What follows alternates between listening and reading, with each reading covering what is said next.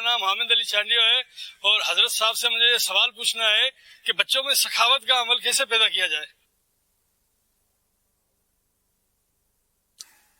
اب بچوں کو سخاوت و کرم کی تعلیم دینا، یہ تو بہار شریف میں حضرت امام منصور ماتریدی رحمت اللہ علیہ کا قول لکھا ہے کہ بچوں کو سخاوت و کرم کی تعلیم دینا یہ واجب ہے۔